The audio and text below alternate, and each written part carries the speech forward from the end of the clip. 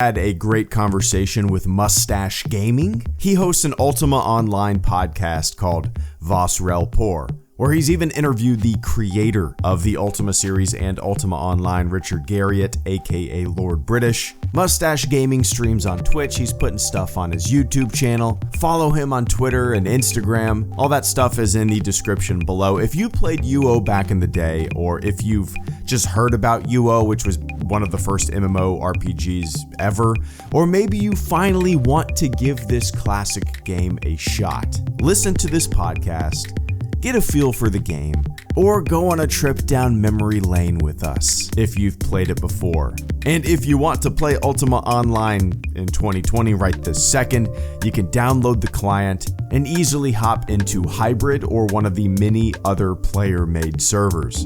Hell, the official servers are still up. Anyway, I'll throw some useful links in the description below. Enjoy. Yeah, like all my buddies, and I've played UO with a lot of my friends, but whenever they find out that I'm back into it, they're like, why the fuck are you playing that game again? Right. Yeah, I know. It's so funny. I think I said this, I probably said it in a few episodes, but you this weird cult that, and I call it a cult because it makes no sense in 2020, right? Why would someone play this game, right? But if I was on the highway, I'm driving and I see someone like broke down, normally you're like, oh man, it sucks, do I need to call it in? If I saw this person had like a UO anything, bumper sticker, a license plate, I mean, I would push this car to the depths of hell, right? Just because of the camaraderie. It's crazy.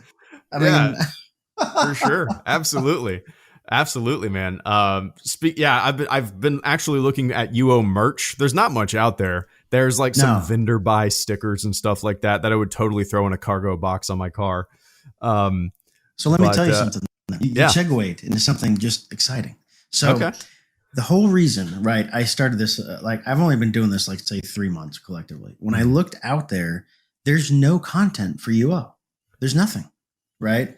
And I remember the only reason I started the podcast was I posted on Reddit and I said, hey, I'm thinking of doing a podcast. Would anyone listen, right? And I got 10, 15 people replied. And I said, okay, cool, right? We've gotten a few hits. I'm just going to do it for fun. And it grew into just me blabbing on for an hour to now I'm booked out weeks in advance with people coming, That's crazy. Yeah.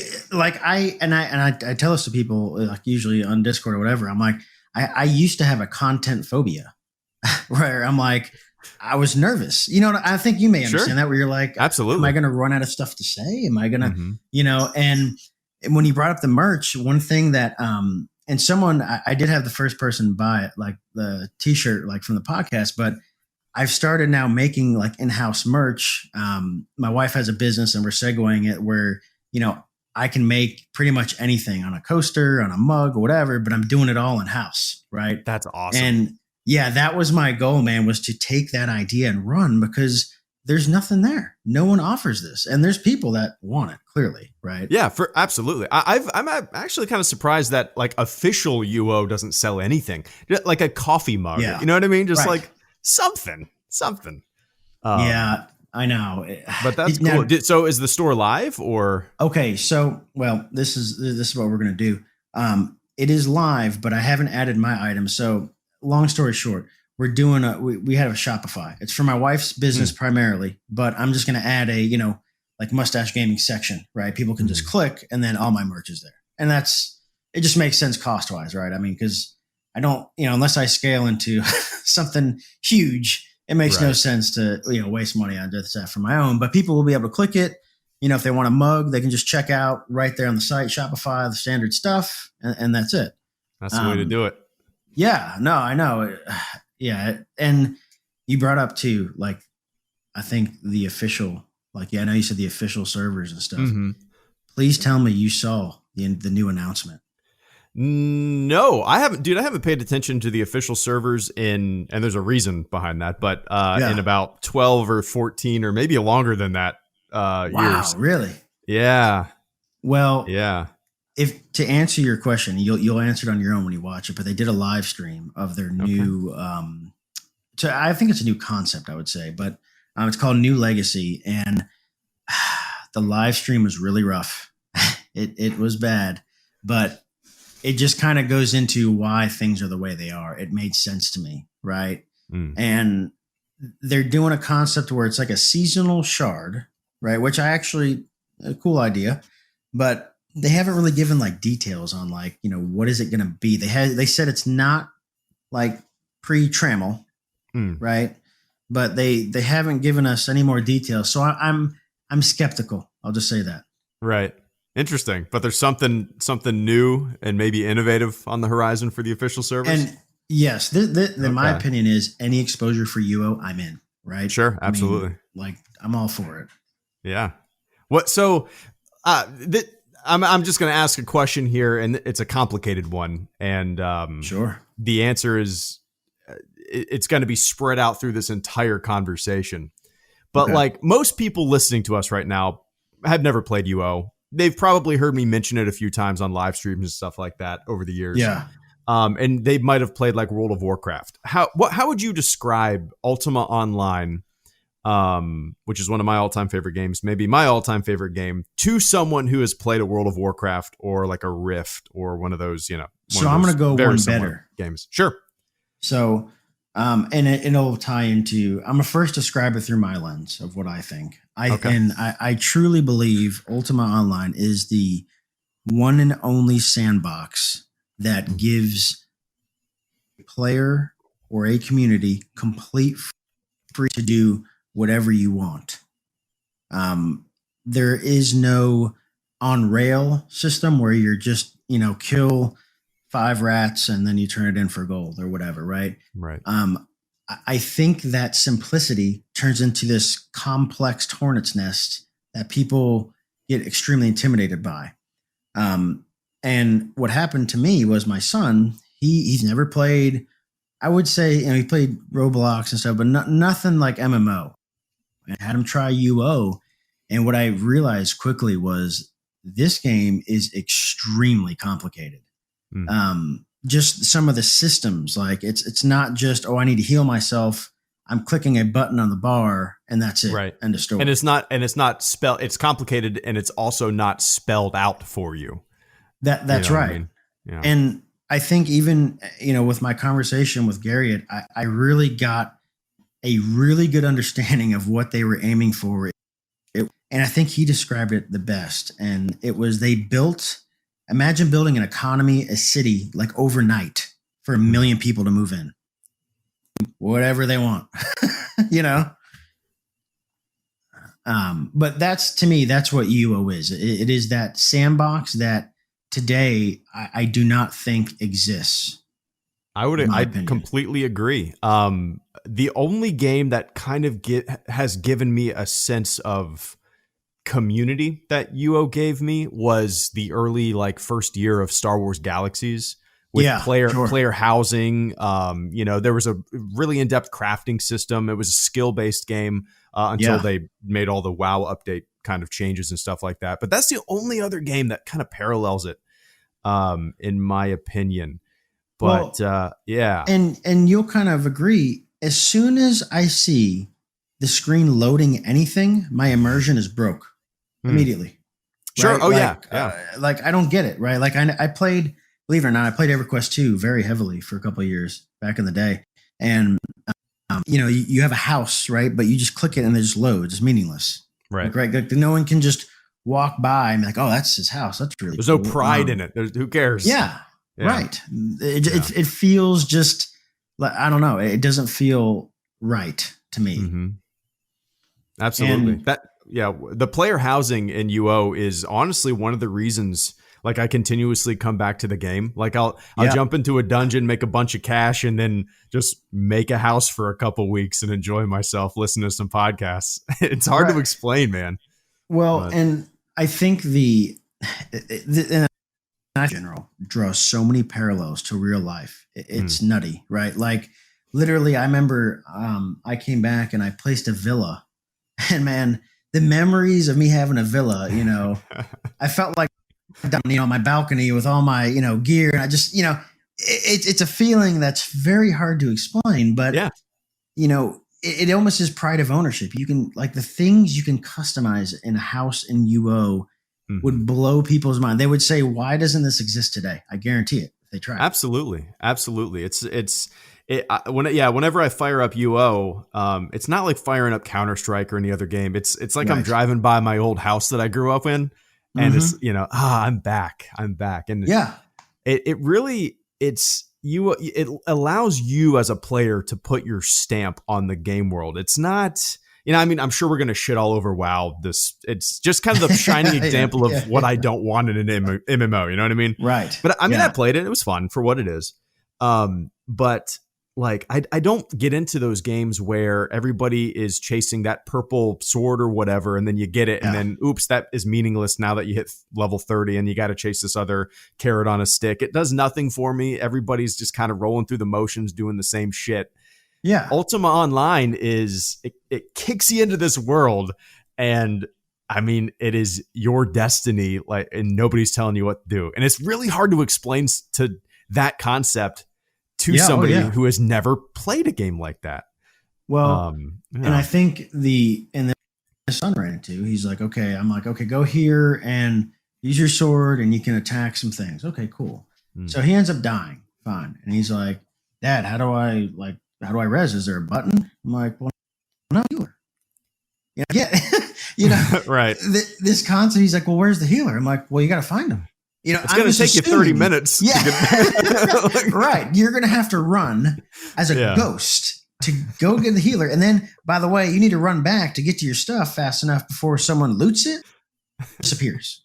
Right. I mean, I think almost, I hope someone runs with this concept, but because, $1 million ideas come to me sometimes, and I'm going to share one right now. If someone did a play UO, in 2020 and experience the hardships, let's just say that, I would love to see their reaction, just the rage. I bet someone would go through. It is the most rage inducing game ever. Yes. But it's so much fun to induce that rage to others. It's funny because growing up on UO, I see memes, I see people playing like COD right now and stuff, and they're like, the community's kind of toxic, and I always laugh, and I'm like, if you guys would play UO, you'd probably cry yourself to sleep on some of the things that you're going to hear and experience, right? Yeah. I mean, UO is it's like the worst sections of Twitter, but with graphics. It's no, and you brought up something really good is graphics, right? I'm gonna give the most basic thing of why UO is so great. The text. Where does the text appear? Above your head. It just, I know that sounds stupid and silly, right? But no, it just makes it feel so more immersive, no? Absolutely. Yeah, no question about it. If it was in the bottom left, which a lot of games do, above the head, absolutely. That's why I have a hard time with these other games. It's like, wait, so someone talks to me, I got to focus now on this bottom left little corner and figure out. I'm like, why doesn't it just appear over the head? It's just right. And I think too, the glory of UO, and I know we're going to be selling UO. I feel like we need to get some commissions off this, because it's just I remember Garriott telling me, he goes, I played UO, and he goes, I played Lineage, and he's like, I logged in. I'm like, this is great. The graphics are cool. And he goes, I walked to his house, and he goes, I went to click something to move it, and you can't click anything. He's like, it's just artwork. And it dawned on me that in UO, literally, you can click and move any item, anything. And if you can't move it, you can click it, and that at least tells you what it is. Right. Tree. Yeah, exactly. Right. I think the stupid, simple design of it, people just don't understand. Yeah. The graphics are really interesting because was it Third Dawn when the expansion, when they introduced the 3D graphics? Yeah, remember that was the client that died. It came out and then it fizzled. Yeah, I believe I had a beta disc for that. And I made it, maybe tried it a couple times, and I was like, nope, this is ass, and it did not age well. But what's really interesting is that the 2D, I don't know, hand drawn style, whatever you want to call it, of UO it's stylized and almost timeless now. You could see a modern indie game utilizing that type of graphic system. You know what I mean? Well, like I look at what my son plays, right? Minecraft. I mean, right? Sure. Yes. Minecraft has ray tracing, please. These are blocks, right? Right. I mean, you can only make a block look so sexy, right? Like, I mean, so fine. But he plays, Minecraft. He plays Roblox. I mean, and he likes the indie games. Yeah, and it's wild to me, and I'm so appreciative. I think now everyone's like, a lot of people get caught in the hype, the graphics, the realism. I'm like, man, I don't care about. I want gameplay. Yeah, that's what I want. Feed people gameplay. They will be loyal and steadfast for a decade. Easy. Yeah, for sure. So what year did you start playing? So I started, and gosh, I remember like it was yesterday. This is the crazy thing about UO. I probably cannot tell you certain parts of my life in great detail, but UO, specific moments, man, I probably could tell you the time it happened, right? Right, sure. Weird, time vortex, but I get it. I remember, and I think I may have had the world record for summer camp at the YMCA. I think I went a decade, right? That was my thing. Summer camp, I went there. So there's this kid, and I remember his name. His name was Chance. He was a little bit of a rebel. Remember one time he came up to me, he's like, hey, I'm playing this game. I'm like, okay, whatever. He's like, dude, I was in this town, and he's like, I killed someone. And then he's like, I took their stuff and I started running, and I outran the guards, and I got away. And I was like, what? And I'm like, okay. And he's like, yeah. And by the way, there's real people playing. And the concept of that, even as, a punk kid, I had a hard time conceptualizing. I'm like, these are real people playing. And I remember to this day, and I'm going to say a term that I think some people may not even know what I'm talking. They may have to Google it, and that's okay. He gave me a jewel case. Okay. We're really going back, right? And like a CD case. There you go. Right. Okay. And I remember in typical, summer camp fashion, the top of it's ripped off. So it's just the bottom of the case with the CD. And it was right when T2A came out. Okay. I missed the Insta-hit days. So it probably would have been around, I think, 1999, 2000-ish, I think. Okay. Around that time period. But I just remember, and then first of all, I remember asking my mom, hey, you need to enter your credit card online. First. I mean, seriously, we laugh about it now, right? Like that's a joke. Yeah, but yeah. In 1999, that's the internet was a new frontier. Yeah, absolutely, for sure. Yeah, and I remember to this day, and I think for some, I mean, of course, just my luck. I wanted to be a tamer for whatever reason. Dumb move, but I went and just started taming like bears in the wilderness, and it blew my mind. It was crazy. Yeah. Yeah. I started in 98 with the Second Age as well. Okay. Like right when that came out. So I played it for a few months, and I was 12 years old in 1998. I had no idea what I was doing. I spawned into Trinsic. I just walked around those tall walls saying hi to people, trying to pretend I was a knight in shining armor. Right. And then maybe like 8 months later, whenever the movie Gladiator came out. Okay, it came out in 99. I was like, oh, I want to play Ultima Online again. And I revisited it after like 6 months of not playing it, named my character Maximus, and just ran around. And that's when I just started diving in deep, man. I remember, and this is one of my shortcomings that I've kind of, I wouldn't say tidied up, but I've gotten better at, was I never played the game. I know this is going to sound like, kind of stupid, but I never role played at all. Like I looked at the game as an adventure, right? Where I'm like, if I want to go to the wilderness, I'm going to do that. I remember to this day, I wish I remember the guild name, but actually I do. It was BG, the Black Guards. It just came to me, and it was on Sonoma. They were a huge guild. And I remember to this day, the guy told me, he's like, hey, in your spell book, about Blade Spirit, never cast it. Right. And see, you're laughing. And I remember saying, dude, whoa, you are bringing back memories. yeah. And I was like, whoa, okay. I don't want to do that. And I remember, someone must have casted it, and I saw this like spawn of Satan spin up and just start attacking everyone. And I thought, well, this is the most badass thing I've ever seen, right? I mean, it just sounds silly, but yeah, it's crazy. Yeah, Blade Spirits were great to mess with people. Oh my God, I loved spawning a Blade Spirit when somebody was just in their house or whatever. Yeah. Oh yeah. And now, and it was funny, and I asked this to everyone, and only like probably one or two people have actually ever answered this like the proper way, but I'm always like, hey, what shard did you pick and why? And only like two people ever were like, oh, I picked, Sonoma or Napa Valley because I'm on the West Coast, Yeah, I was in Florida, dude, and I picked Sonoma. I had no idea. Me too. I was on Sonoma too, man. I in Florida. Oh, really? Okay. Florida, yeah. Wow. Yeah. And same reason, 12 years old, had no idea what the hell Sonoma was, just clicked it. Were there like population indicators on the servers back then? I think it just showed like full or partial, if I remember, in the client. But it was like that. It was a weird radio button that you clicked, and it didn't give you like a number. Mm-hmm. I know it did give latency, but I didn't know what that meant. Back then. Right. That's and interesting. I still think even back then, I don't think over like 120 or so. It wasn't like, I don't know. I think I still pinged in the 80s or something. It wasn't bad. Mm-hmm. Like I never.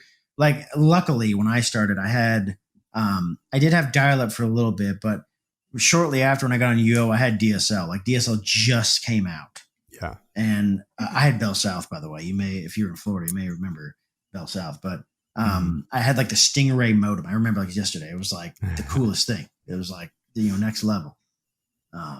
But now, I do remember about Sonoma specifically it was the small, I'm almost certain it was the smallest like shard, but it had the most tight-knit community, I think. Yeah, I remember hanging out at the YMCA in the game around. That was at U, right? I believe that was U, the YMCA. I wonder if that's still there. I think that's still there. Someone, I don't know. I don't remember. I don't know if it is. It may be. I thought I remember talking to someone and they said it got like someone let it fall. I don't know what happened. Okay, interesting. When's the last time you checked out the official servers?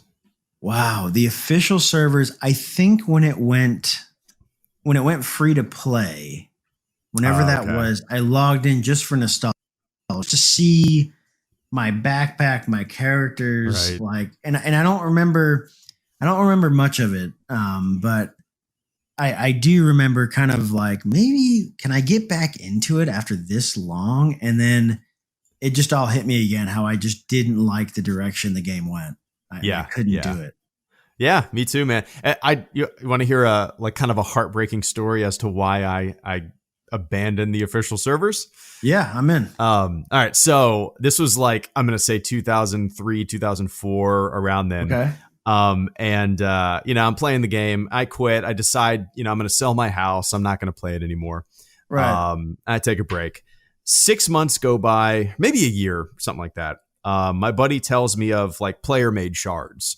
So I create an account. I log into a player made shard, check it out for a couple days. And then I just abandoned that. Got my fix, whatever. Yeah. 6 months later or so, I decide to renew my UO subscription with the official servers. Yeah. And I click on Sonoma, and my characters are all missing. Oh. I think this is a glitch. I back out. I go back in. Same thing.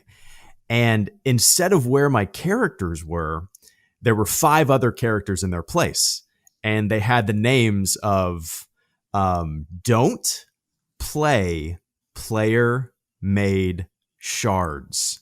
What? That was the name of the 5 characters that on my account. And I figured, or I found out later, that being 2003, 2004, I was, in high school being an idiot. I used the same username and password on this player made shard as my official shard, and that server got hacked, and bye official server. So, wow. Yeah. Huge bummer. you've actually unlocked. I've never actually told anyone this before. A situation happened to me. I remember again, like it was yesterday, and I don't know why I haven't shared this, but I remember I was on ICQ, right? That was all the rage back then for communication. Some of you may not know. ICQ was, I'm going to put in air quotes, you're online, but you could deliver offline messages. Next level, right? Like that was a huge deal. But anyway, they sent me like a virus. Obviously, I know now, but I don't remember what it was. If it was like a picture or like, oh, hey, here's my vent. I don't know, something, right? I clicked it. Long story short, they got into my PC, and I remember they hacked into my account, similar fashion to you. I remember to this day, I was so bent out of shape. I actually called, like, I told my mom, hey, call the local PD, nothing, non-emergency number, whatever. And I did file. I would love to find that an official police report. And I said, someone hacked my UO account. And I'm just, again, I'm a punk kid, right? Yeah, I'm thinking, okay, I got these guys, right? I got them now.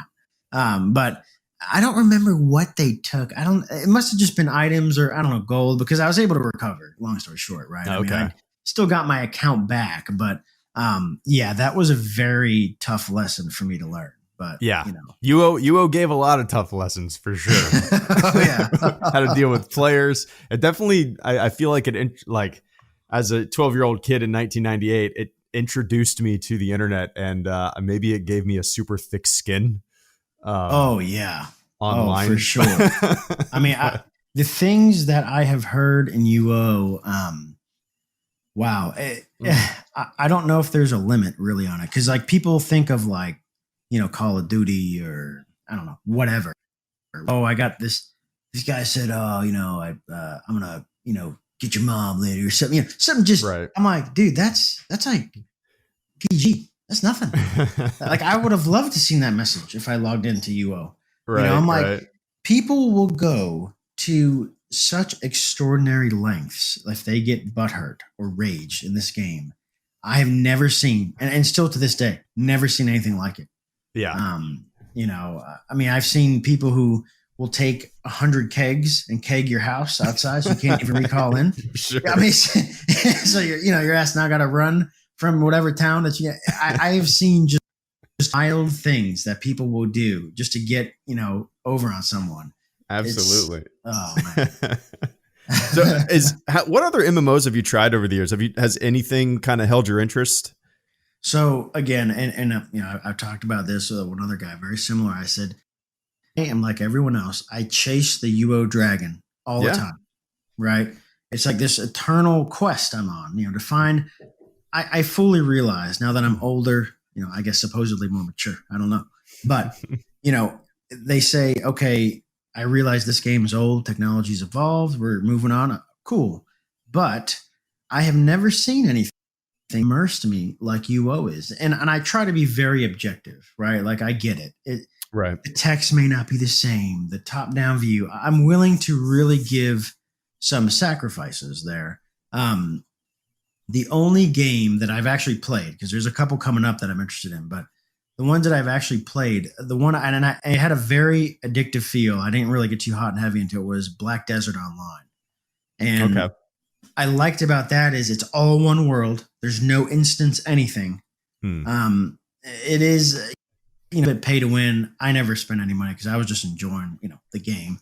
But it's very on rails. There's quests and stuff. You can still not do the quests, but it was the first like non-instance MMO that I've played in a long time, I guess. Interesting. That's fair. Because, I don't know about you, but I'm willing at this point to really give sessions to just try to feel a little bit. Right. Absolutely.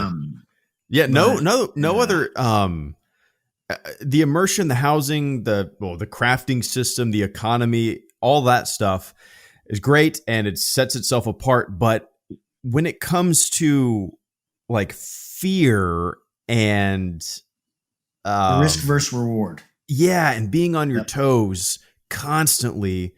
I don't know if it's because of the red and blue system, kill anybody you want to outside of town.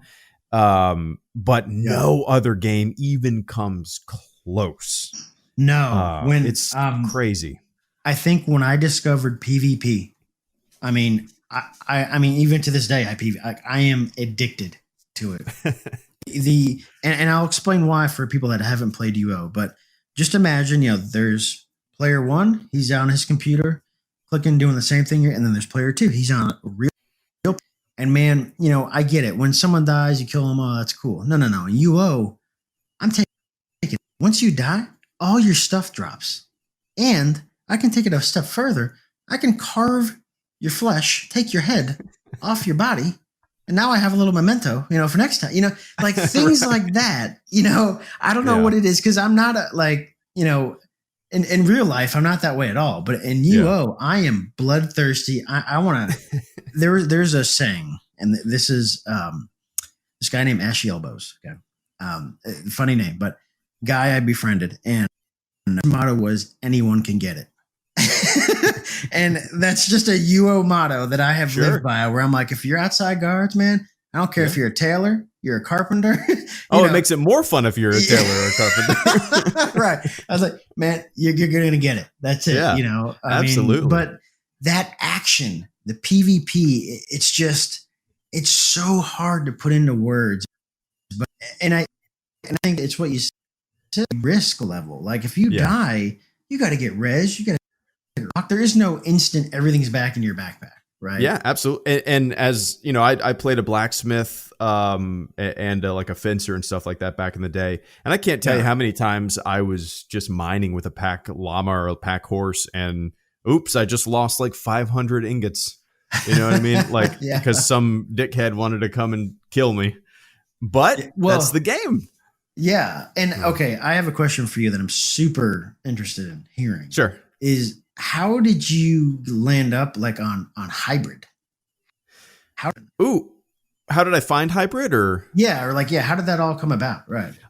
So I have a few friends who I've played UO with really since like 99, 2000. That some of them were my neighbors.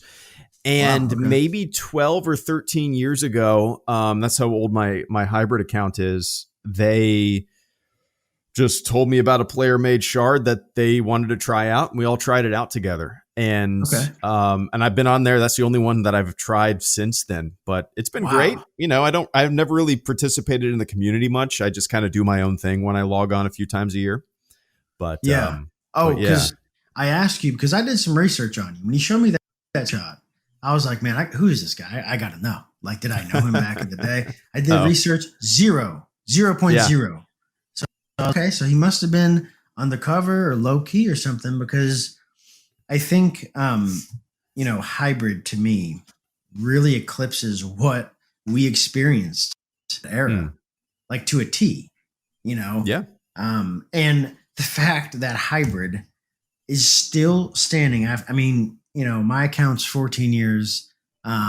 I think Ryan's account is like 17 years or something. I did a little hybrid research today, actually. I didn't realize it was 17 years old. That's crazy. That's crazy.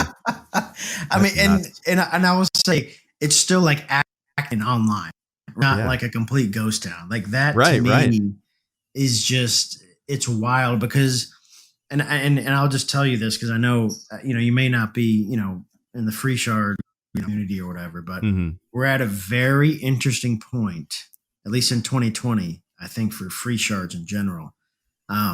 We have, and do you mind if I lay the stage of kind of what that is? No, go for it. Absolutely. Okay. So we have UO Outlands. Yeah. For anybody that has no idea what we're talking about, there's the official servers and then there's player made servers that, that have been around for almost 2 decades. There's different player made servers with different, rules and builds and stuff like that. And anybody listening to this right now, if you've played UO or if you haven't played UO, you can try them.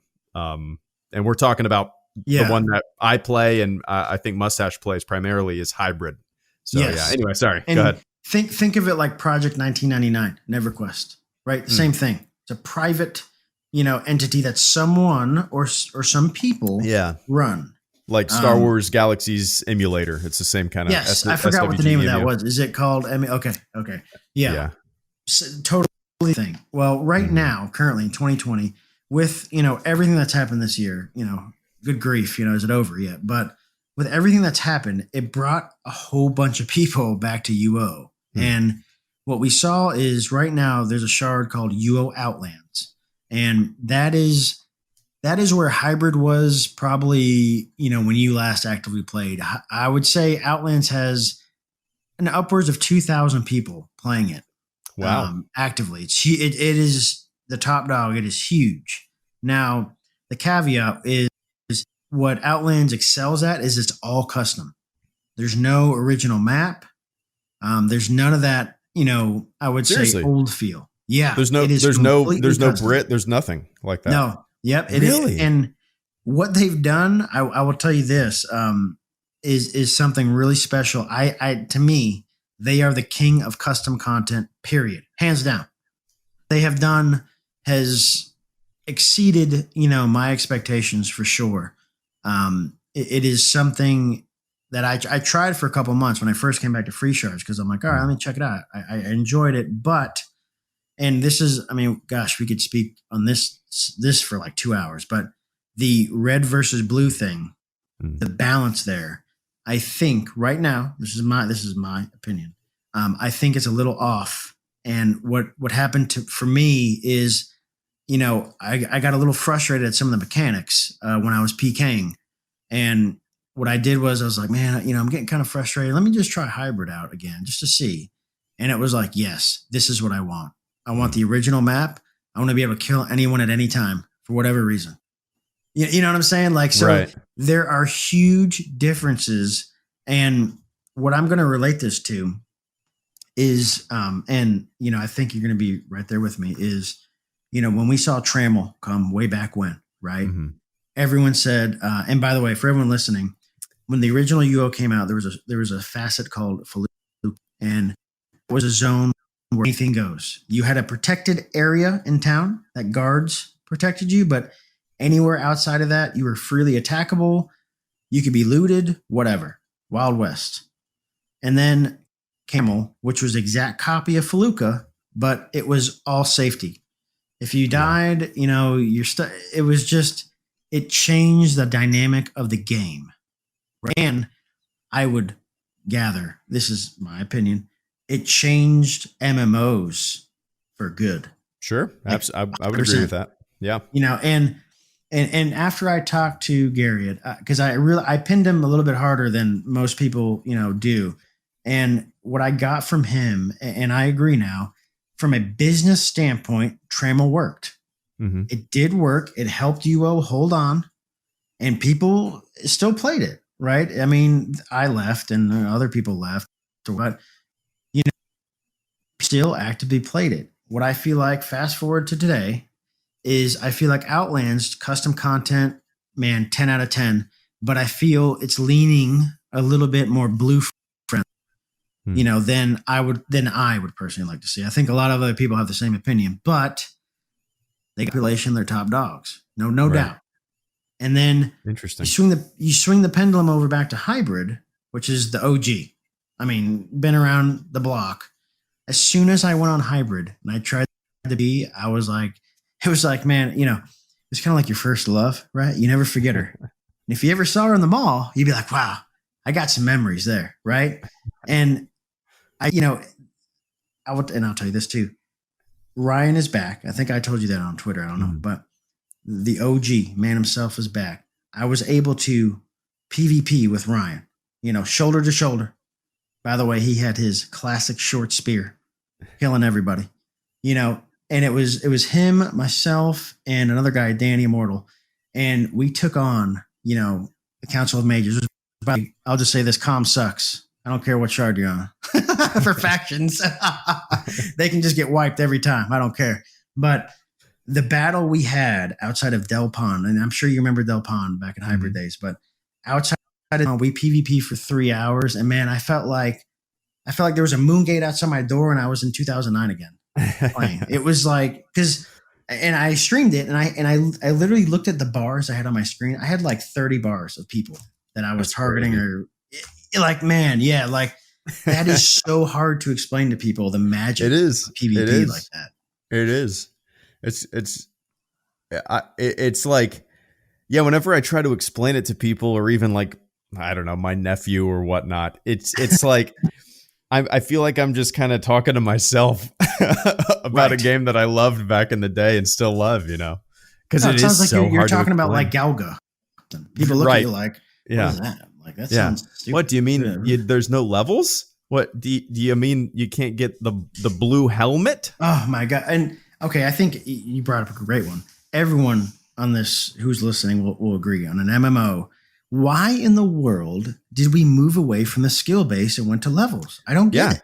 I don't either. I mean, it's definitely a simpler system for development for sure. But like, look at World of Warcraft. They ran out of levels. You're back to 50 now. right. Like you've run out. There's no like. I'm like.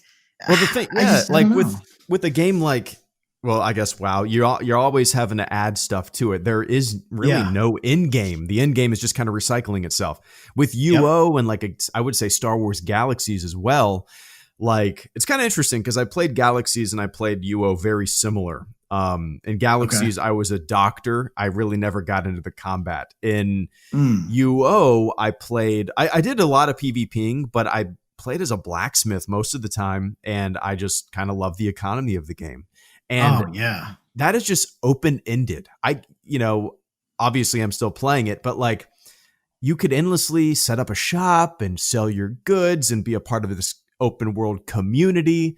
With a lot of like other MMOs, that just doesn't exist. And once you get the end, you're kind of bored. You're waiting for that expansion pack. You're grinding 100 for one piece of gear. Yeah, it's just not fun to me. That, and I did that in EverQuest 2 for like 2 years. Like, it sucked my life, but I did PvP heavily, and I'm gonna date myself. In EverQuest 2, there used to be PvP servers back in the day. And I loved the PvP, but yeah, like, and I'm gonna explain the vendor system in UO because you just hit it. Like, there's so many things we can talk about, but literally, and for everyone listening, you can set up a vendor. So imagine any house you're a friend to, right? You can set up a vendor and you can literally put whatever item you want, set it for sale, and just put it on the vendor. That's it.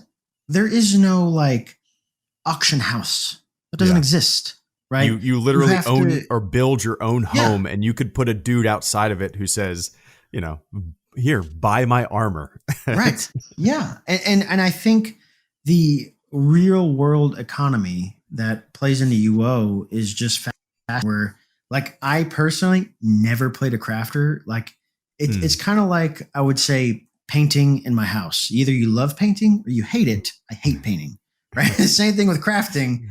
Can't stand it, right? Like, I got to sit there and mine, and then I got to like, this is a disaster. I'm like, no, I get it. Yeah, I get it.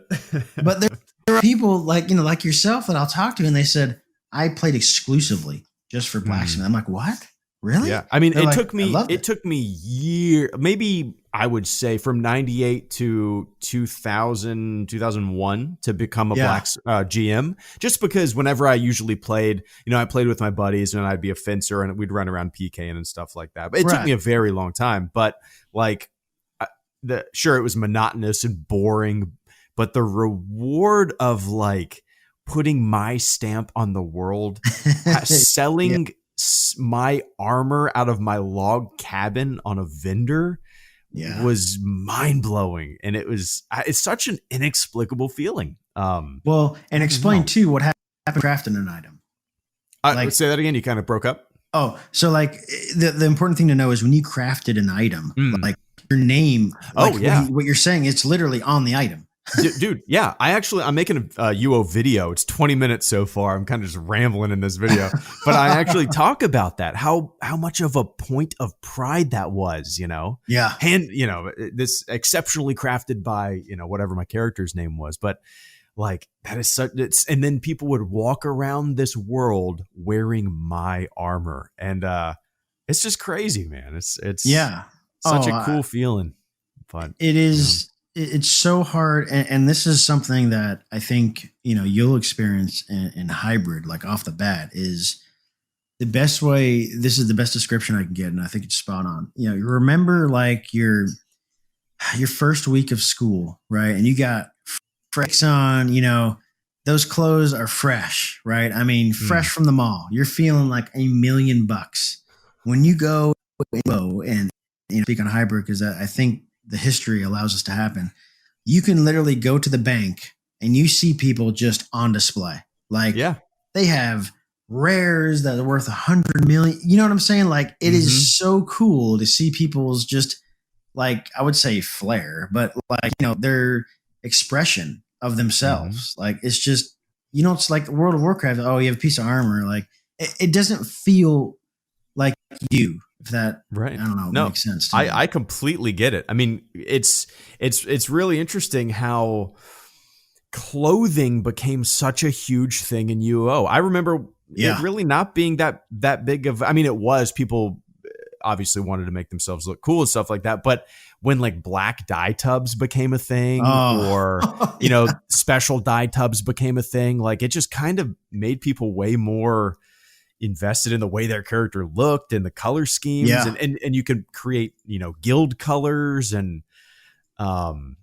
it's and I know this was a new experience for me. Was when I came back a few months ago, I decided, I kind of looked at who was live streaming UO, right? Because that's a whole nother like can of worms. And I saw not many people were doing it. I'm like, you know what? I'm going to give it a shot. Whatever. Yeah. Let's just see how this goes. And it's like a whole nother level to have like, and when I say that is, and I know you'll understand, that wasn't possible back then. Yeah. That was like, I couldn't even conceptualize that happening. Right. Someone can see you playing a lot like you is a wizard. Like that's not possible, right? That's impossible. But seeing it live, I remember, and I do kind of live like this in UO. But the guy typed in the Twitch chat, he's like, "Dude, your bag and bank is just a mess." Something that I forgot. And I'm like, "Had he never played UO or?" Yeah, no. But let me tell you, people are super anal about like organizing stuff. And I'm not that way, man. I am the biggest caveman you've ever seen. I'm like, okay. I can, when I've checked out your streams, I'm like, God damn, your screen is chaos, but it works for you. Well, and it's funny you brought that up is I don't know if you've played, there's a new client called, and I know the naming it sucks, but it's called the Classic Client, right? And it's this dude. I don't know if he's Russian. Not his name. Really cool guy. But he has taken the Classic Client and he has like injected legal steroids into it. And this sucker now is huge. And what I mean by that is I play on a 1440p monitor, right?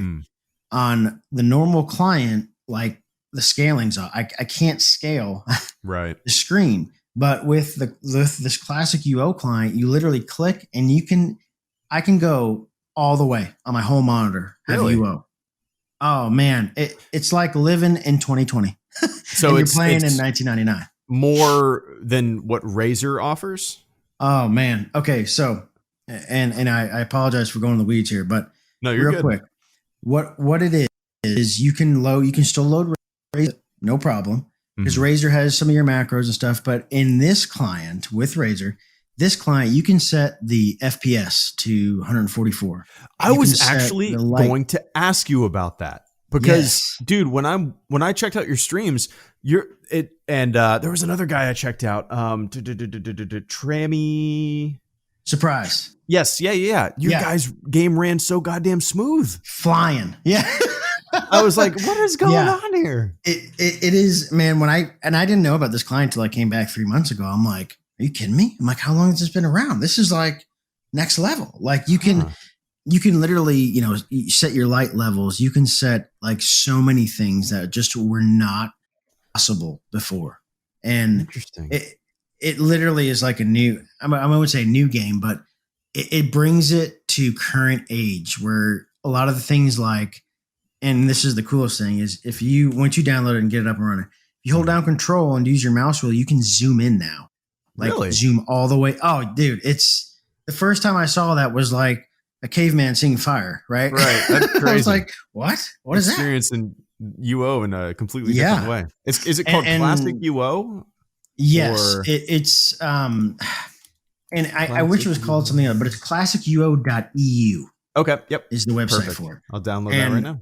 Yeah, you get that, and you can then Razor on top of it. It's no big deal, but that to me, and this is what kills me about the production shards, is the free shards have like not even ran past the production shard. They have just like bolted by, like it's not even close, right? Because that doesn't exist on OSI. Right. I call it OSI still, but that client, like this is coded by literally someone, a volunteer. Mm-hmm. I mean, it's just mind blowing to me. And it was funny because when I talked to Garriott about it, he literally downloaded it as working. I heard, yeah. I listened to that, yeah. and what was wild about that is, and sorry, I know I'm switching topics for a second, but when I first called Garriott, we was on Zoom. This is a cool behind the scenes thing that not many people know about. I told my son, I said, hey, you can ask Garriott like one question, right? And he was nervous. He's like, all right, let's do it. And I asked, Garriott, I said, hey man, my son wanted to ask you a question. Is that possible? He goes, absolutely. He's like, let me turn on my cam. And I was like, oh crap. I wasn't, because I just do voice. I wasn't really right.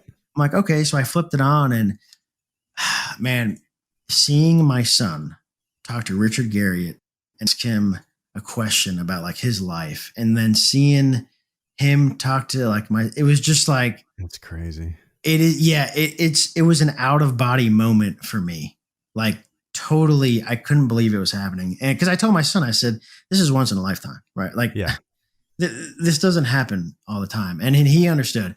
But that was kind of a cool behind the scenes. But what happened after that was we just cam on.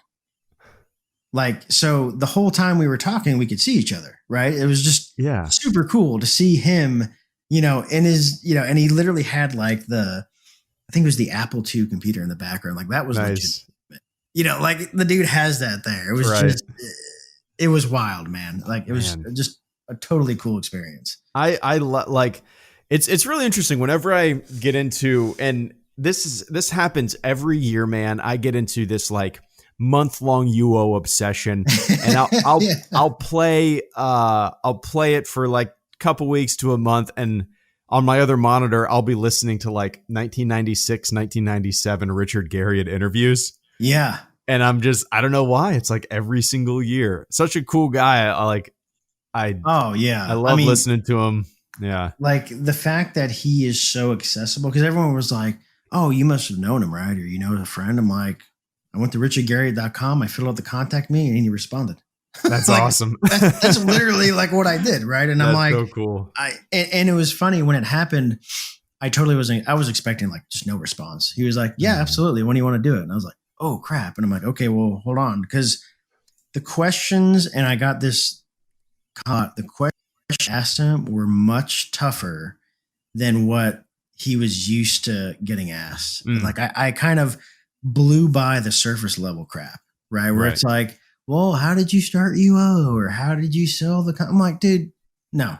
Right. I want to be an actual player who plays the game now. Yeah. I want to, ask you some really direct questions like Trammel. And what was super fascinating was he was against Trammel. He didn't want to do it. And he basically said it was a pain in the ass because you had to code ×2 for a whole nother, facet, right? Right. Which ended up being Trammel. But no, man, yeah, totally cool guy. And like that, I almost like stopped doing like content after that, right? Like that was it. You've reached the peak. You've hit, pinnacle UO. Like why even push it even further? That's crazy. I know. That's insane.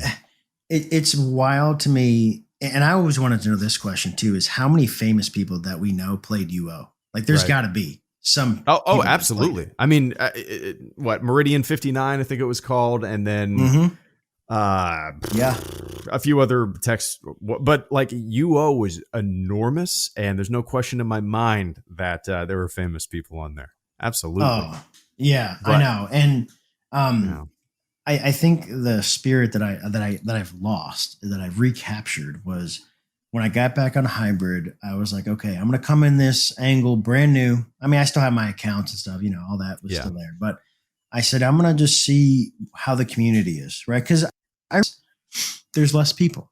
It's just a fact, and they don't hide it. It's fine, and I'm like, okay. But the sense of community, and I'm going to shout out the guild I'm in now. It's called the Money Guild, right? Love the name. I'm all in. It's ran by a group of ladies, and they are just like next level, right? Like, first of all, I'll just say this, having like a female as a guild leader, that was kind of new. I haven't seen that before, because I think you knew, like when we played, like you always thought whoever that girl was in game was like a 300-pound, like hairy man, right? Sure. Like there's no way, right? You didn't know back then. You couldn't, right? Like obviously now you're on Discord. I can talk to you. I can clearly know if you're a guy or not. But catfishing was a very real thing before this catfishing now, right? Right. But no, yeah, it's ran. Savage Bunny, Carpe Diem. Alexia, these gals are just awesome. And the sense of just camaraderie we have when we're doing, we did a champ spawn. I haven't done a champ spawn in like 15 years. It's been a long time for me too. Oh, and it was wild. And I streamed a few where like we're doing the champ spawn and all of a sudden it's like, oh, hold on. We got, 8 PKs rolling through. And then what was, in the Money Guild, we're friends with a lot of the PvPers, so they're kind of our mercenaries, where they're so bloodthirsty for action that all we have to do is call them in. Hey, we got action here. They gate in, and then boom, right, an explosion happens. Love it. And that is just, you don't find that in WoW, right? That doesn't exist. That whole scenario. It's very, it's very. What's really interesting?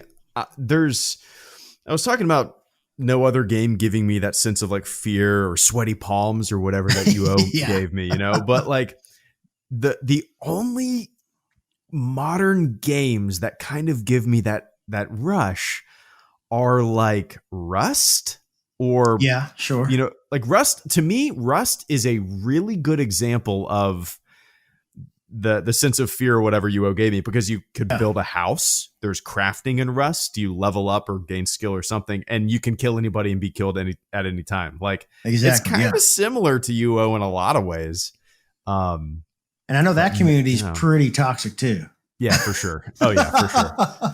Yeah. I remember like one of the first times I played it, it was like, I think it was, there might've been 20 guys running around naked, because there's dicks and balls in that game, and they're running around naked trying to chase me with like a rock and just yelling on microphone. And that was my first experience in Rust.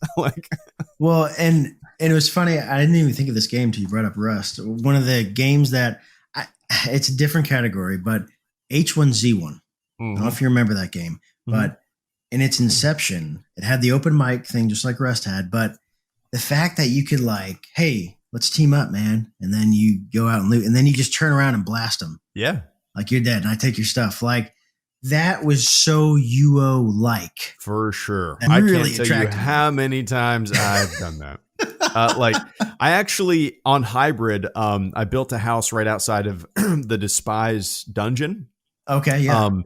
And I've just been logging into my red every once in a while and running into Despise. And there's been this same dude for 2 days in a row. And as soon as he hears my hooves, he's Cal Rel pouring out of there and he is bolting. Like I've seen his name and he it's just hilarious. I'm going to actually go in there right now and see if he's in there. I'm going to go in there. So wait, will you tell everyone who your PK is? Or no? Yeah. I mean, I've never really killed anybody with him. I don't even know. No, he's not in here. Yeah. His name is just Leviticus. Oh, okay. Got it. Okay. Cool. Yeah. I've probably never logged. I barely play him. No, I just want to know when I kill you that I can, make sure I talk crap after. Right.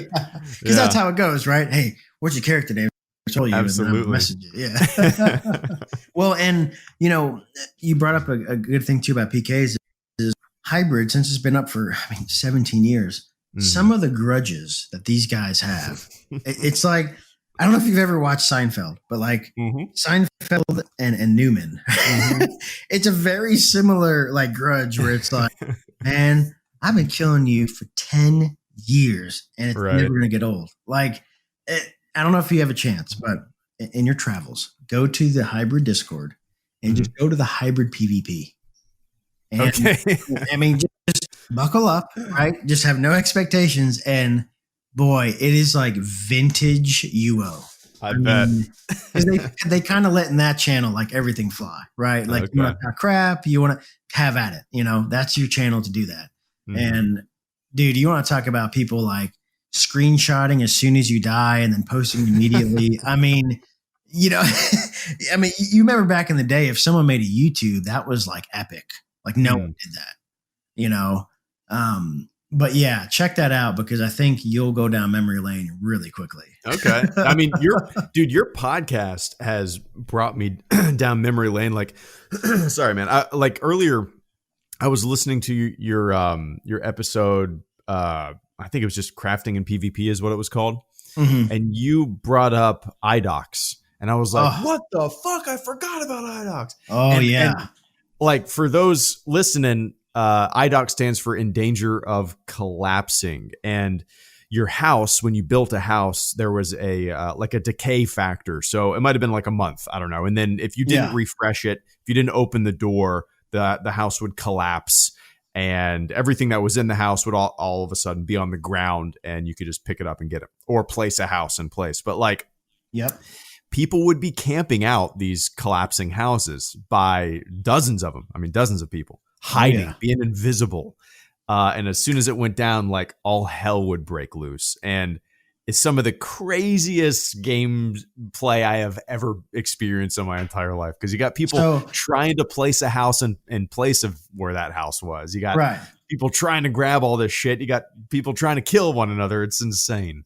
So it's funny you bring that up. So it was yesterday. I'm so angry I didn't have time to log in fast enough. But myself and another guy in the Money Guild, we were tracking this house. It was right outside Brit. And, you know, for everyone listening, what you do is you mark a rune and that marks your location. And then, you know, if it's at the fairly worn stage, I'll make a note. Okay, that's fairly. And then I know I have to keep checking it to see when it turns, but then it goes greatly. Then it goes in danger of collapsing. So it's like, you really have to try to time it so then you kind of know when it's going to fall. Because if not, you're kind of having to like just camp it, you know, 24/7. You know. So Ryan posts in the channel and he's like, hey, there's an IDOC here. And I said, son of a bitch. I said, I've been camping this thing for like a week. And then he goes, I've put some special items inside of it. And man, dude, all hell broke loose. It was like, I think like WWE Royal Rumble, right? It's just like everyone went wild, you know, trying to get the loot, trying to kill each other. And that feeling is like you said, it's so hard to describe until you actually are there. Yeah. It's next level. Absolutely. There's no,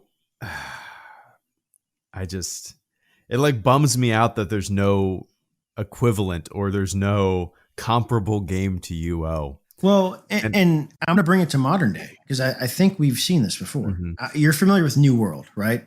The MMO that's coming out from Amazon. No, I've never heard of this. Okay, it's called the New World or just New World. I don't remember, but Amazon announced it like I don't know a year ago or so. I played I guess because I'm on Amazon Prime, they invited me, you know, to try the beta. This is a long time ago for free. I'm like, okay, I'll log in. I'm like, pretty cool. I like the way it looks. There's PvP, open PvP. Fast forward to, I think it was, they had a huge event, like a release kind of where you spent and stuff. And the devs backed off PvP. Oh. Like did a 180 and said, oh, there's too much griefing. There's, you know, not enough safety for the players. And it's like, I get so frustrated as an Ultima Online player because I'm like, yes, griefing is going to exist. It's existed since like the dawn of time. Right. But it doesn't ruin the whole game. It's like they miss the boat because what happens is they'll say, okay, there's too much player killing. Okay, we're just going to stop that immediately. You can't kill anyone. Right. There's no like dial. Right. To me, right. It's like it's either it's off or it's on. And I know what it is. They reversed course. And I tell you what, I was super bummed out. I was like, that's a joke. I'm like, why did y'all kill PvP? Because the game looked pretty good. And And it's not just New World. We've seen this with other games too, where they back off PvP or remove it. You know what I'm saying? It's so bizarre to me. I don't get it. I don't know either, because it's like, man, I don't know either. It's I feel like people who played, God, I don't know. Like if you've played UO and you've experienced that rush of that open PvP, it's like irreplaceable. Like I don't want to go play an arena in Star Wars: The Old Republic. I don't want to do that. Yeah, right. I don't want to do that. Like I want to, it's fun, sure, but it doesn't feel like an MMO to me. It feels like we're playing. So you've hit a huge issue that I've brought up now very recently. I said to me in Ultima Online, like, because there are some shards that will do like organized PvP, like a King of the Hill or whatever.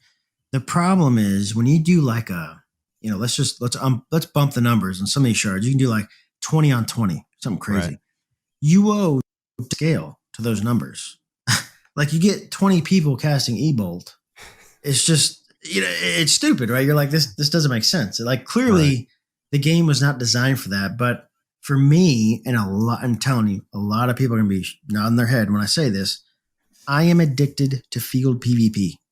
I don't want to organize PvP. Mm-hmm. I don't, because if I wanted that, to your point, I'll go play WoW Arena. Right. I would play, Star Wars, whatever. I would play an organized thing where we're all in the same box and we know what's going to happen. Fine. No. Right. I want all hell breaking loose 24/7, when I'm outside, the guard zone. That's what I want. Absolutely. I'm the same way. Like that's actually kind of a parallel of the type of paintball that I like to play. I don't want to play your speedball with bags in a small room. I want to play in the woods, Yep. Like, and when you're out, you hear someone go, ow, nailed me, right? Right. Yeah, no. And it's funny. And I sent you this clip and I'll kind of explain it more.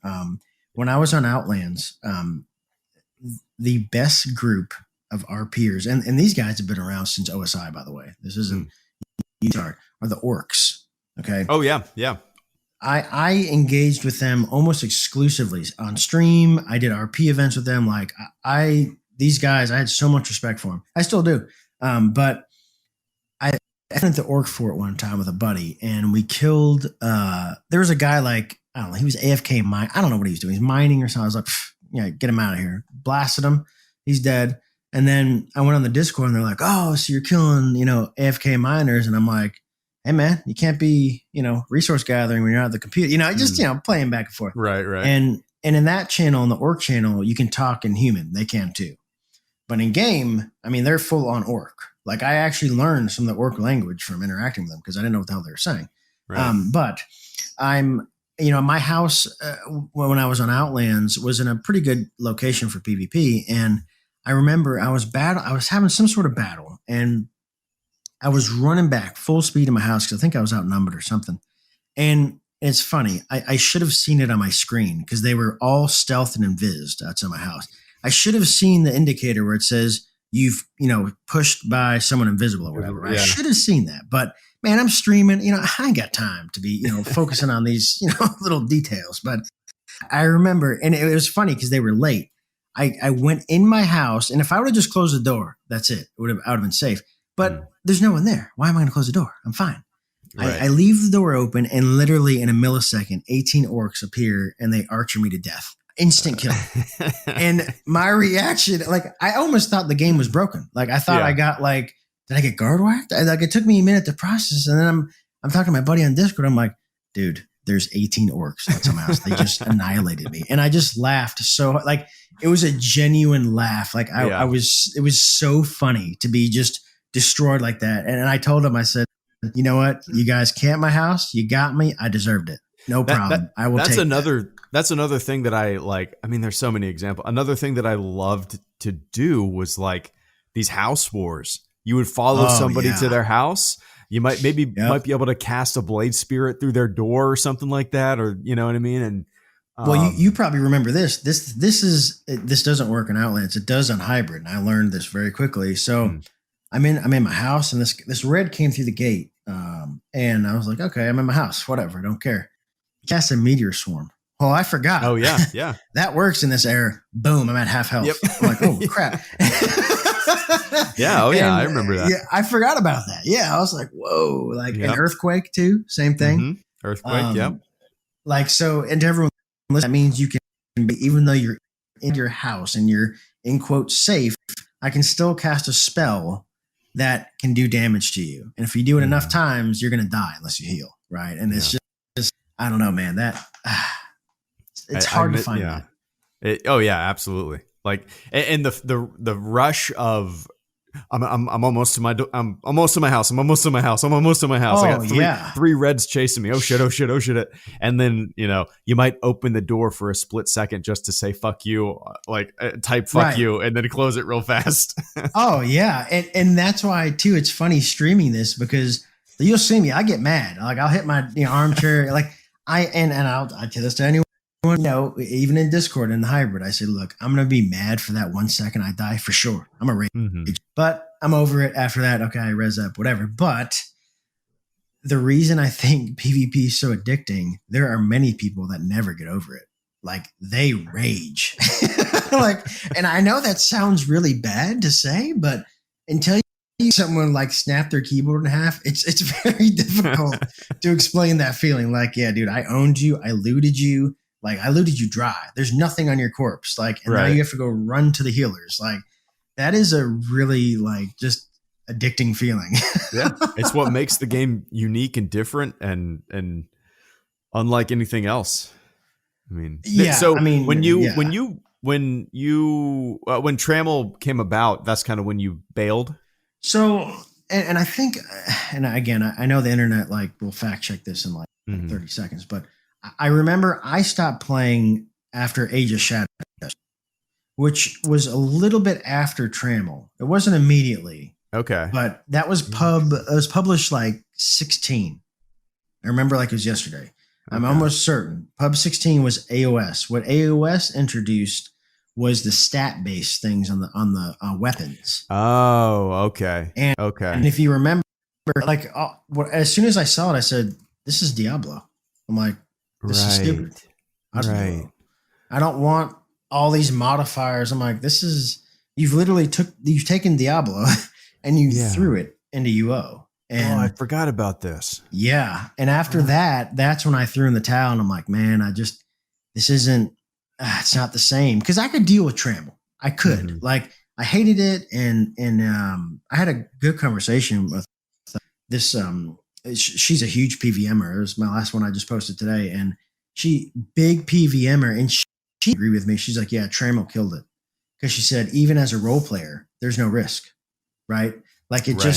It broke that. And, I could look past it because I knew if I was in Feluca, right, I'm ready.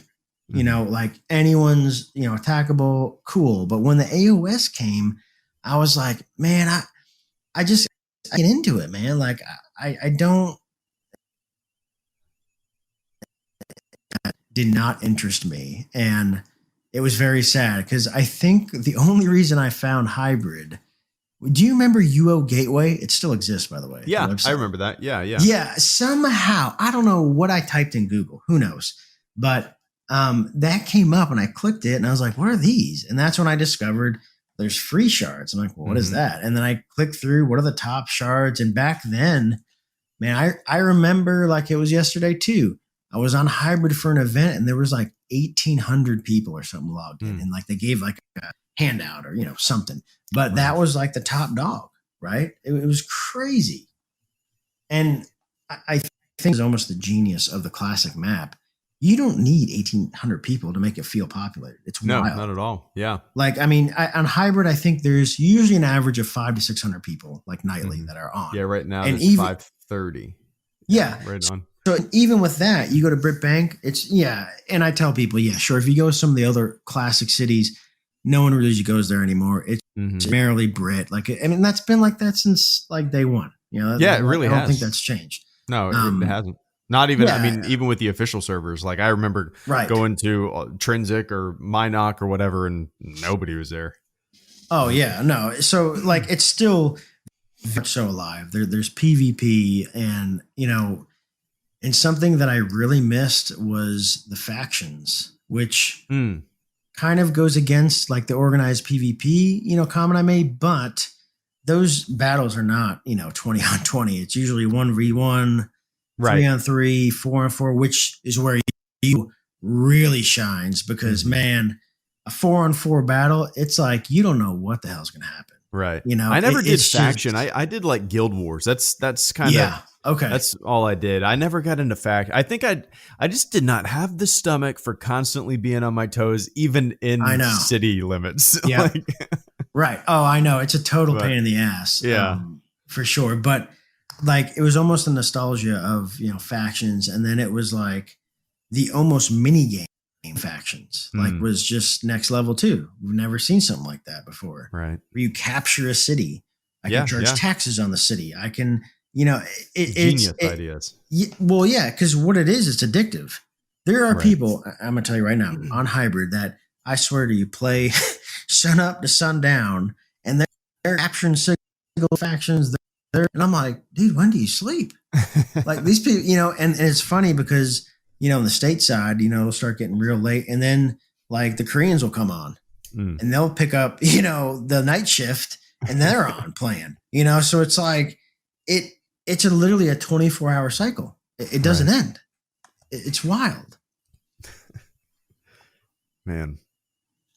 It's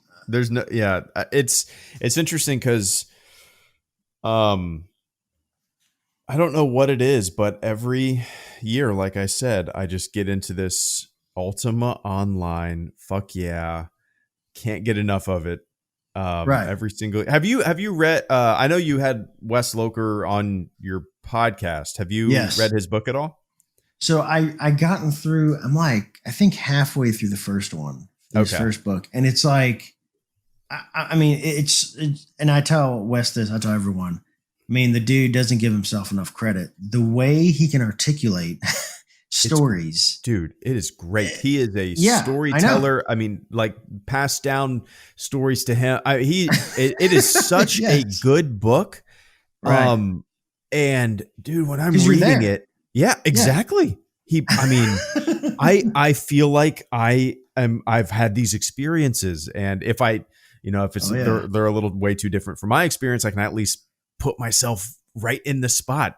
It's so well written, and I know. Like I want to, obviously hundreds of thousands of people play UO back in the day, and I think if everybody that played the game would love the book. It is so well written and well done. Yeah, it is. And it's so funny how super casual he is about it. He's like, yeah, I just kind of, I thought about this book and I poured like 500 hours into it. I'm like, dude, that's like epic. No one does that. I'm like, what you have done, and to be able, because I said, I have the gift of gab. I can talk for 5 hours, but holy smokes, get me in an essay format and good luck, right?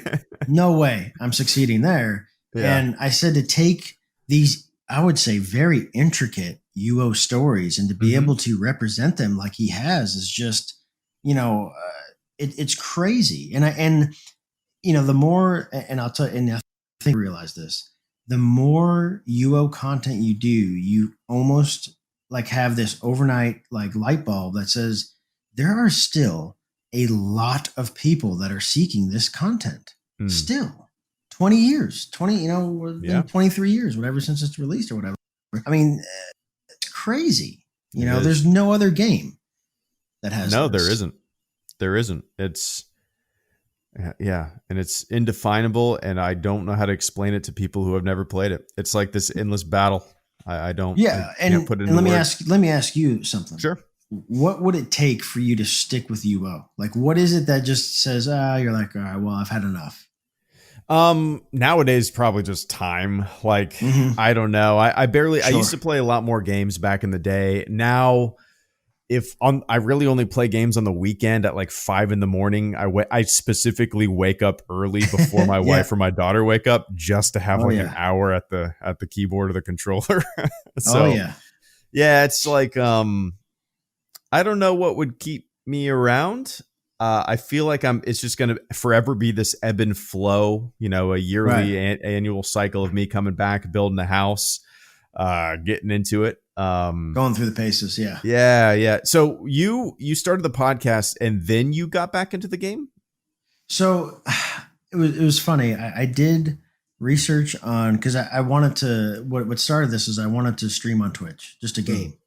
That was my original, idea. So I want to try it. Okay. And then I'm like, all right, well, what game I want to play? I looked at, dude, these guys are streaming like Call of Duty. You're like page 1 of 1,000 people. Yeah. There's no, unless you're like top, 1%, like, in the game, there's just no way someone's going to notice you. So it's all right. Let me go through the games that I've played. And sure enough, I'm like, no way it streams you the games. Yeah, no way. And I looked and I'm like, wow, no shits. People still do. And then I was like, I looked, there's only like a handful of people that do it. Like, then I kind of watched them and then I'm like, these are horrible. This is a snooze fest. I said, no, I could do it better. Right. But here's the difference. I said that and I executed too. Right. I said, okay, I don't feel this is engaging content, but you know what? I'm actually going to do it and try it. So I tried it. I loved it. Right. I'm like, this is a new level to UO streaming this live because dude, the stream sniping, the griefing, it is you're under a huge microscope now. And, I love it. Some people obviously don't like it, but I really enjoy it. And then I'm like, maybe I can do something else. Like, and I thought of YouTube like you do. And I'm just going to tell you, when I saw your YouTube, I was like, the skill gap of my ability to your ability, it's like, I can't even reach it. I'm reaching figuratively in the air and I can't even, it's so far away. Like editing and stuff like that or? Dude, you're the total package. Are you kidding me? You have the branding, you have, the banner, you have the intro. I've been doing this shit for 10 years, man. It's like, it didn't start like that. Trust me. It didn't start like that. Right. Go to some of my first videos. I'm wearing a mask that has a huge hole in it and don't know what the hell I'm doing. Right. No, I still have no idea what I'm doing. But like I was like, okay, but here's honestly why I didn't choose YouTube. It is a huge time sink.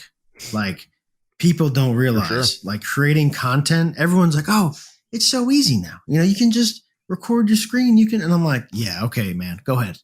Have fun. Let me know how it works out because it is way more intricate than people realize. And I thought, well, I'm like, I really like, UO and I'm like, maybe a podcast. And even if I only had 15 people from Reddit listening, I was like, you know what? Because at the beginning, it was just me talking. I'm like, okay, I can dedicate 45 minutes, every couple of weeks to record something. That's not a huge undertaking. And minimal editing, right? I mean, I'm not going through and changing stuff. It was just like export and go. Right. And all of a sudden, man, I mean, literally within a few episodes, it grew. Like I started getting emails. You're like, oh, hey, have you talked to this person? I'm like, you have their contact? Like, yeah, let me give it to you. And then on Reddit, hey, have you talked to this person? I'm like, no. I'm like, how do I, I don't have any contact information from 15 years ago. And before you knew it, my inbox is filled with people that you're like, hey, you need to talk to this guy or this, person. And it exploded to the point where I had to start thinking, who do I need to like bring on? Right. Yeah. And it's been a wild ride and I've loved it. I will tell you, podcasting is so much fun for me. Like I love it. You're great at it too. Like there's not very many, I don't think at least, podcasts where I could just listen to one guy talk about a video game. But like you're good. Yeah. You're good at it. Like the interview portions as well, but also talking by yourself. And obviously the subject matter is very niche and but that kind of works in its favor. You're filling a void that obviously a bunch of people, have a lot of nostalgia for or and you want to talk about. By the way. Yeah, man. Absolutely. Like when I found out, I think I saw Wes's, because we follow each other, me and Wes.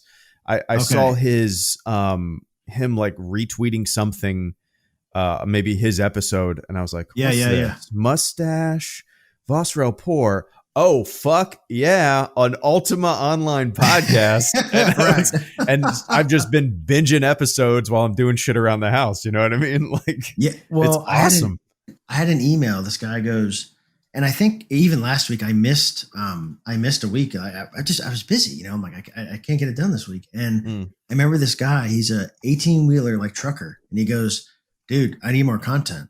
He goes, I binged all of your episodes like a 3 time period. He goes, I love it. I listened to it, you know, on the road. And it was like, it was just cool. Like, that's just, I never imagined, you know, 6 years ago, someone saying, I'm a long haul driver and I listen to your podcast and I need more, right? That's like crazy. I would never have thought, you know, that. Yeah.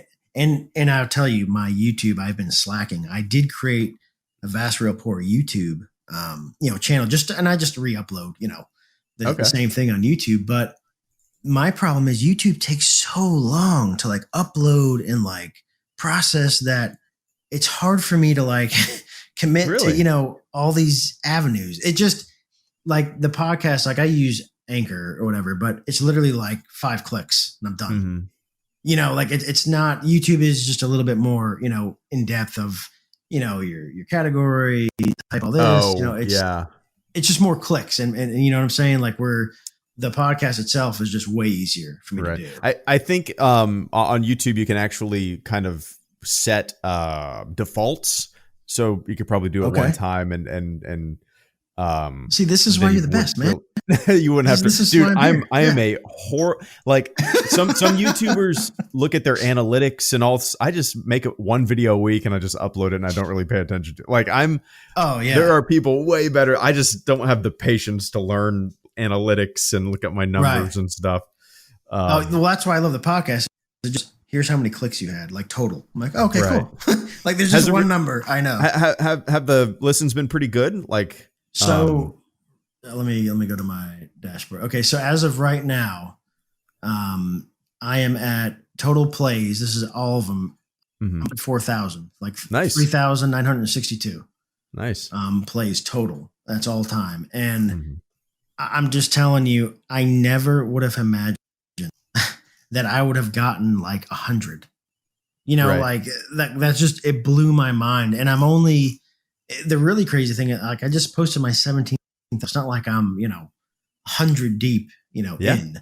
And I'm just going to keep running with it because the crazy thing about UO is, I swear to you, the content never ends.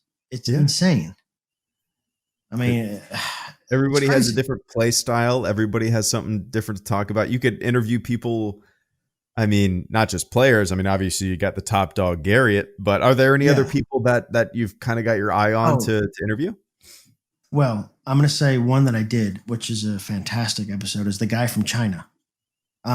It's Say Simba. If you haven't heard that one, it's like, it took so long to get that one together, and it took a lot of editing to get it right.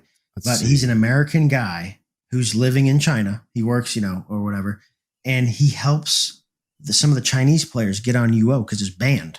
You can't play in China. Whoa, interesting. Oh, yeah. And when he talked to me, he told me, he's like, dude, I'm like 7 VPNs in deep to even have this conversation. Like, dude, it was insane. Like, it was the coolest thing I've ever done. Yeah. Wow. And he said, like, the Chinese, he goes, dude, that's a huge market. They love it. He goes, it's a lot of like middle-aged, like, you know, that love the game. And when they find out about it, they're like, how do I play it? And he's like, kind of become the guy that helps them, you know, into the game. But I will say, with getting Garriott, I have used that as a segue to network with other people. Of course. There is someone who I feel like is right up there. I can't say the name yet, but he said he was busy like probably 3 weeks ago, and I just re-engaged with him today. So as soon as he's ready, that's going to be a huge one because I took Garriott's, and these people are so similar that I had to take Garriott's questions and then kind of drill down further. And what I mean by that is, you know, I'm pretty sure I'm the first person that really held Garriott's feet to the fire about Trammel. Like, dude, why'd you do it?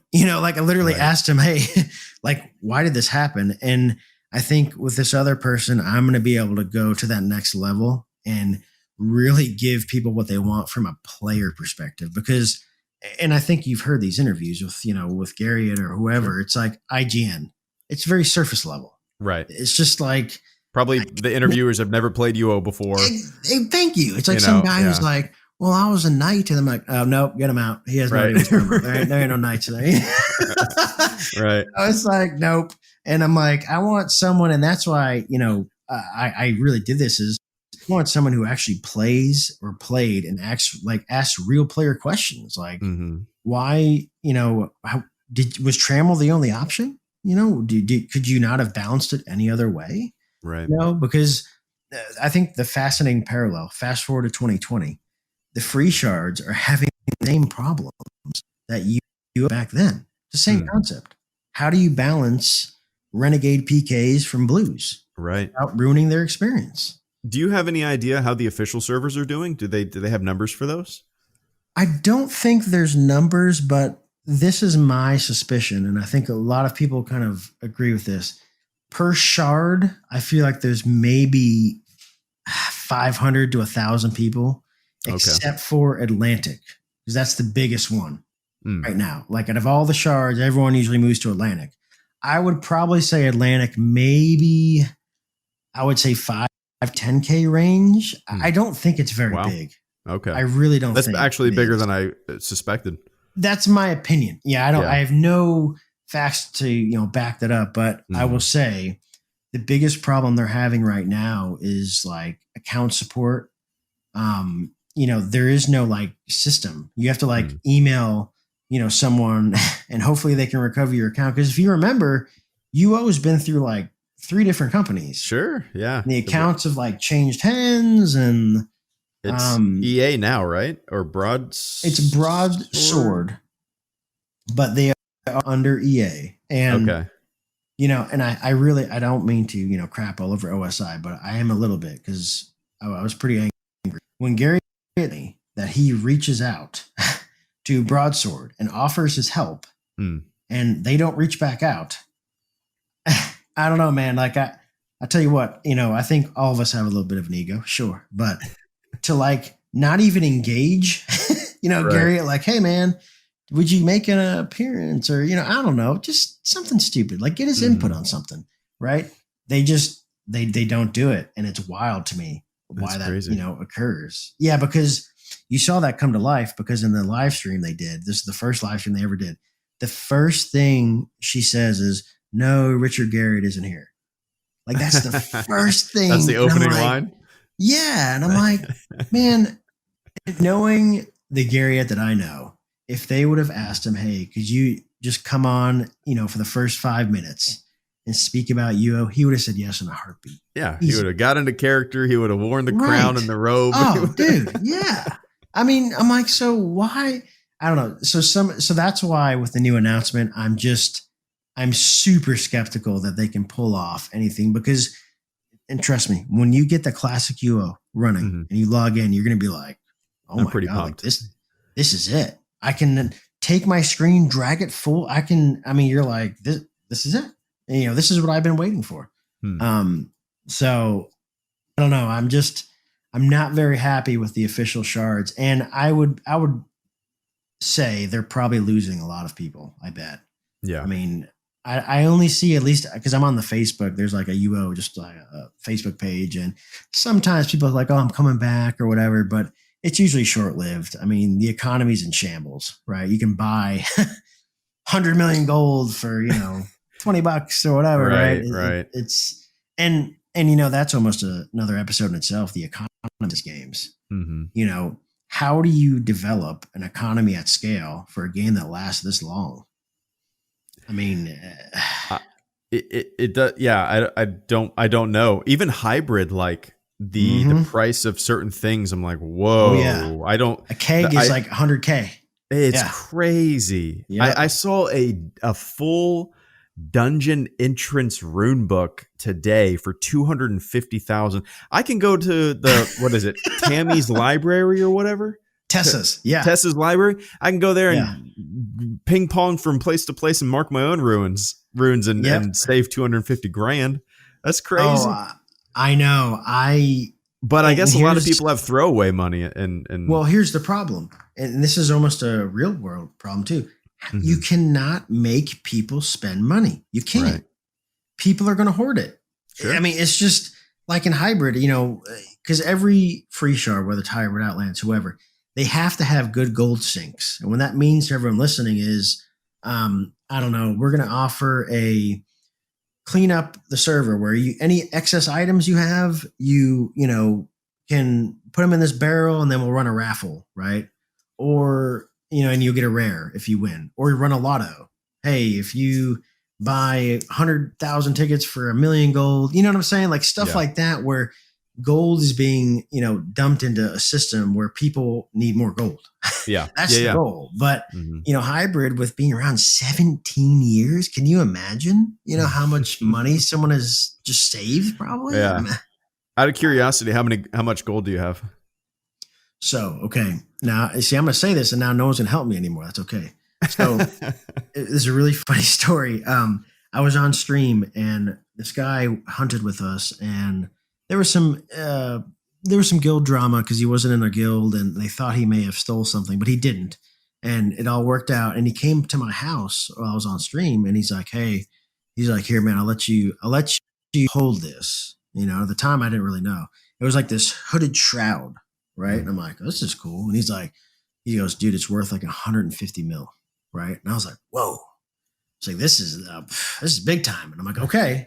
I'm like, but I told him, I said, "Well, if you want it back or something, just tell me, I'm not going to sell it." He's like, "Okay."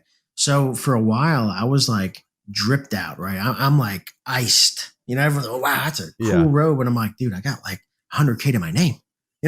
Right. It's a facade, and this guy came and he gave me like 5 million. And throughout the time of selling rares, I'm at like, I think 10 million right now, probably a little bit less. But in money in the guild, we do the rifts and champ spawns like nightly. So you'll get power scroll drops. Yeah. You'll get, you just sell, Yeah. So, I mean, I don't know. How much do you have, man? I'd like 600K, something like that. That's not bad. No, I feel like at some point I had a little over $1 million, and then like I say, every year I come back and just build a big ass house, and eventually I'm going to run out of gold. But right. Have you played poker? No. I do see occasionally, like in the bottom left of the game, like so and so has won $1 million gold in poker. You want to talk about parallel to real life? There will be dudes, and I have a feeling this is by the way, I love a good conspiracy theory.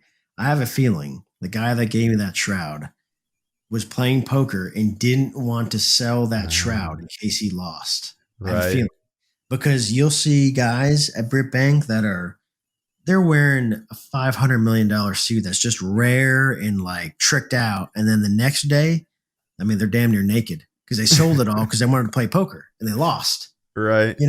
And that's a gold sink on its own. But for everyone listening, think of playing like legitimate poker in a game, but you bet real gold. Like it's crazy. Right. Definitely a next level feature. Yeah, I need to get in on that. I've never checked that out. Where do they play? I think there's a table in the bank actually, but okay. And it's funny. Back in the day, there was like a poker boat, and it was cool. It was like this exclusive, house run poker game, right? Where it's like under the table and it feels cool. And now I think, there's a legitimate like casino or something, I believe. Like there's a whole area for it. Oh yeah. And people are, there's a side. Yeah. It's called Hybrid Poker. It's a side like Discord channel. Okay. And people will get in there and say, "Hey, anyone up for a, I don't know, $1 million game?" Whatever. Crazy. But, yeah. Man. Yeah, there's so much to the game that I've never even explored before. I heard you talking about treasure maps. That's something I've never done. I've never done a treasure map before. No. So, wow. There's little examples like that of things that, I've never messed with, but probably a bunch of dungeons I've never even checked out either. You've got to try the treasure hunting because the site I use is literally it's Stratix from like, yeah, I remember that. Yeah. 1999. It's the same site I used back then for treasure map. Like that. Wow. That feeling, man, hard to explain again. Like, and it sounds so weird because I am a bloodthirsty PK PvPer. I love it, right? But man, you give me a bag of treasure maps, I'll grind those out all day, right? With a smile. I love it. I wouldn't even know where to begin, to tell you the truth. I that's something that I just never crossed my table. It's like a mini game, but once you do one, it's like, you do them all. But you look at the map, and there'll be a little point on it, and then you have to figure out where's the treasure. Well, on that Stratix website, they have the UO map, and you click whereabout you think it is, and then there's little coordinates, and you have to pick where you think it lines up with the map. But you have to have a rune library. Like I go to some guy's rune library that has all the T-map locations, marked. And I go to that coordinate and I still don't know 100%. I have a good feeling.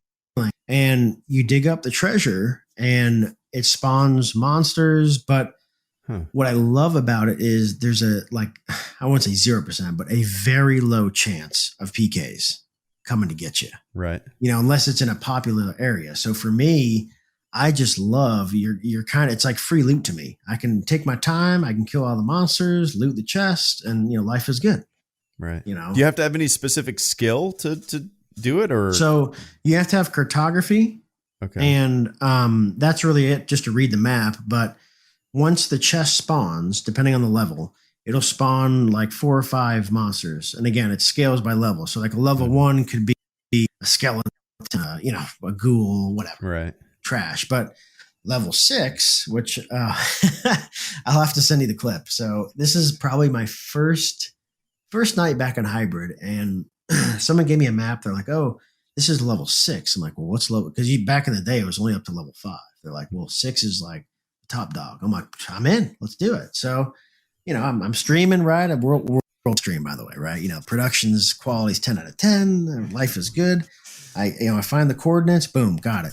As soon as I dig up this map, literally 4 ancient worms spawn, and I'm instantly killed. Instant death.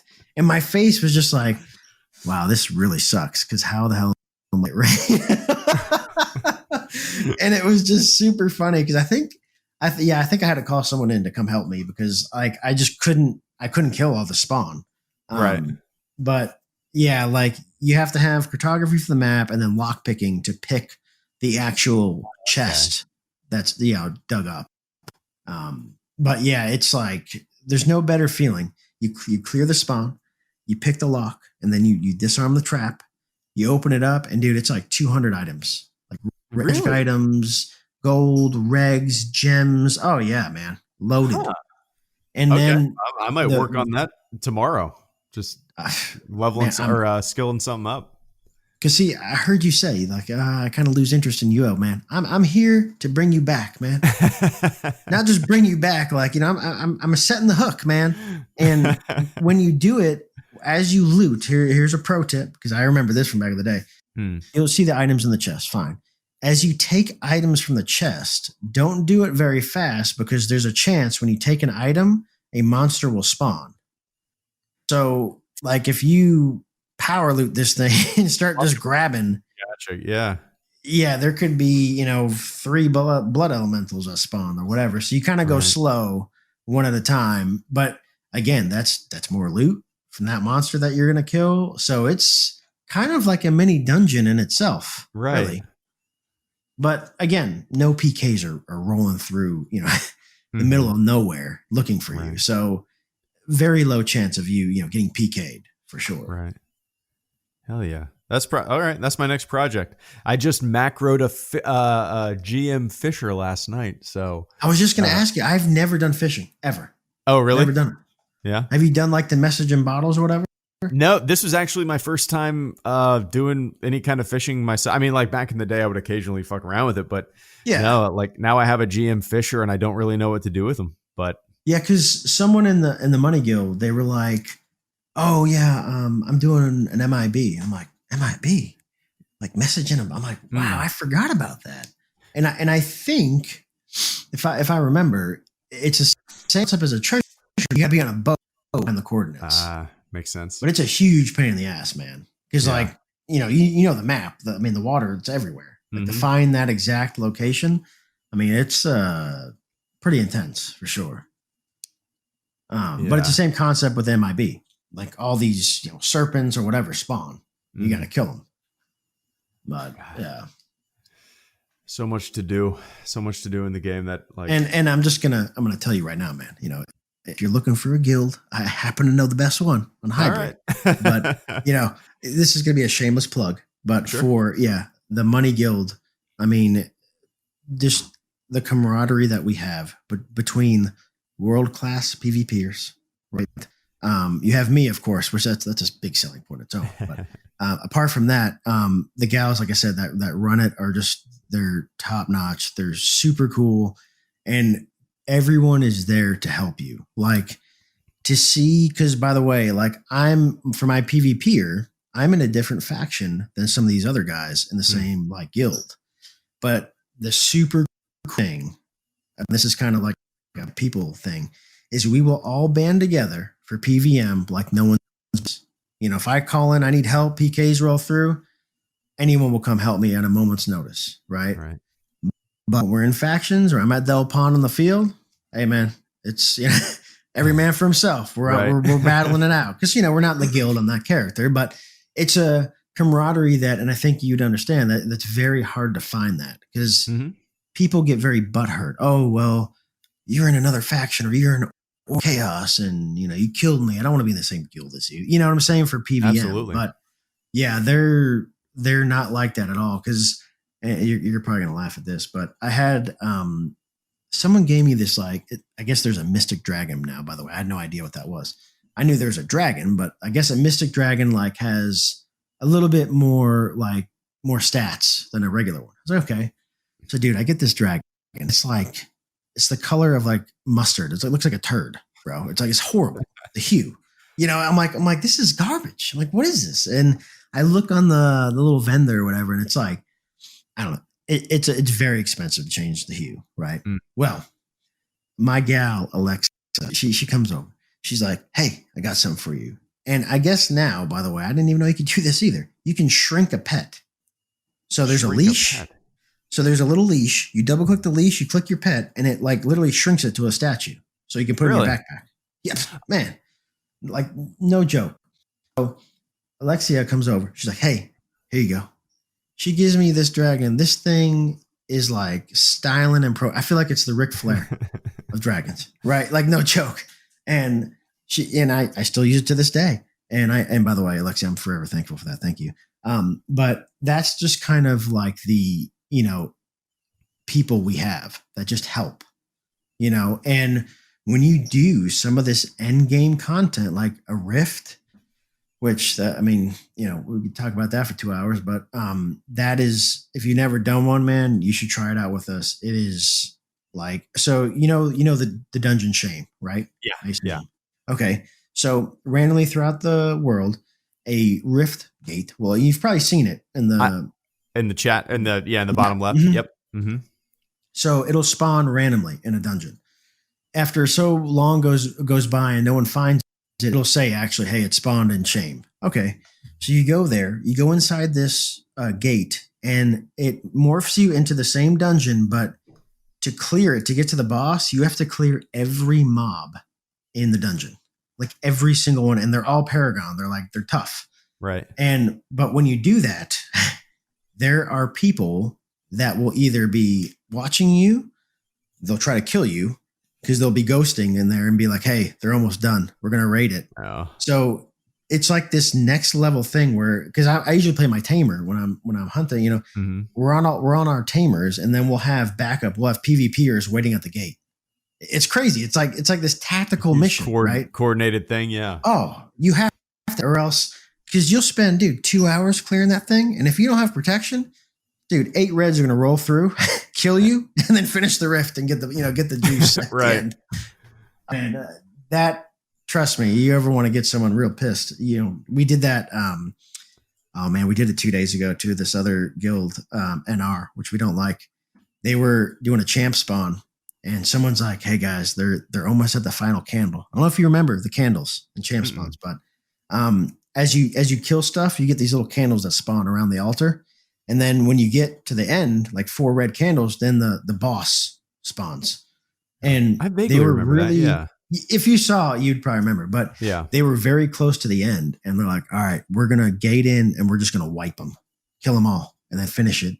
And boy, we did that. Oh, the amount of butt hurt that we saw in the Discord. Oh, I love it. It tastes so good. You guys are lame. you guys suck. Like, and I'm like, and I just was like, "Hey, thanks for the power scrolls, appreciate it." Oh man, but then at that point, man, your ass is on notice. If you go and do a dungeon or an event, they're going to be watching now, trying to get you. So that, oh man, it's hard to explain that risk reward thing is just, it's so very real. I love it.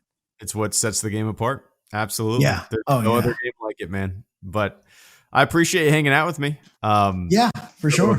But so I just want to I'm going to give an introduction at the beginning of this thing, but I want to tell everybody, go check out Mustache's podcast, his Twitch.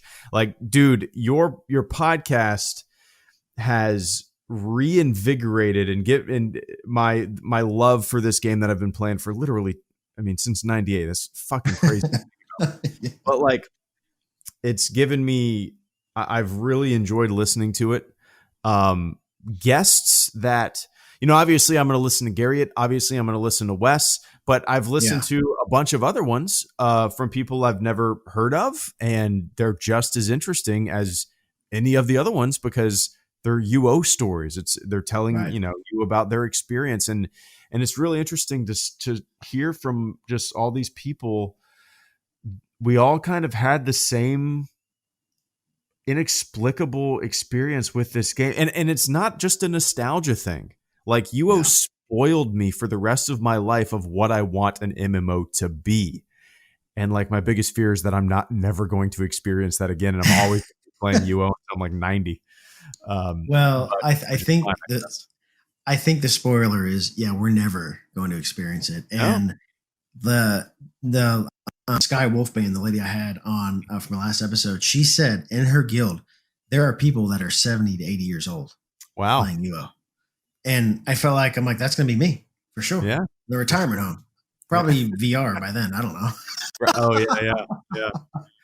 I thought about this the other day, like maybe it would, but I think they could somehow make official servers available on like a tablet or a mobile device. Maybe a lot of people would be against that, but I feel like it would kind of reinvigorate certain haven't heard popular that exists.